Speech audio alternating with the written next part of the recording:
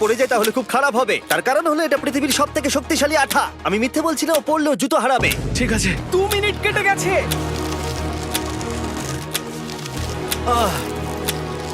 আরে ও তো ঘুরছে, কিন্তু একবারও ও মেঝেতে টাচ করেনি। ওর গায়ে আঠা লাগেনি আর ও এখন নেক্সট ফ্লোরে যাচ্ছে। ওকে। ও সবুজ জায়গাটায় পৌঁছে গেছে। আর এবারও সব থেকে দারুণ ফ্লোরে যেতে চলেছে। আমাদের নিচে নামাও। এই দেখতে রুমটা থাকো, কি ও আছে? এখন ওপর থেকে নিচে লাফাবে। আমি এখনই ক্লান্ত হয়ে পড়েছি। ও ডার্সির কষ্ট হচ্ছে, কিন্তু ও এখন দড়ির সাহায্যে এসে নামলো ফ্লোর 3 তে, যেটা হলো বোল্ডার রুম। এই ফ্লোরটা বেশ সহজ।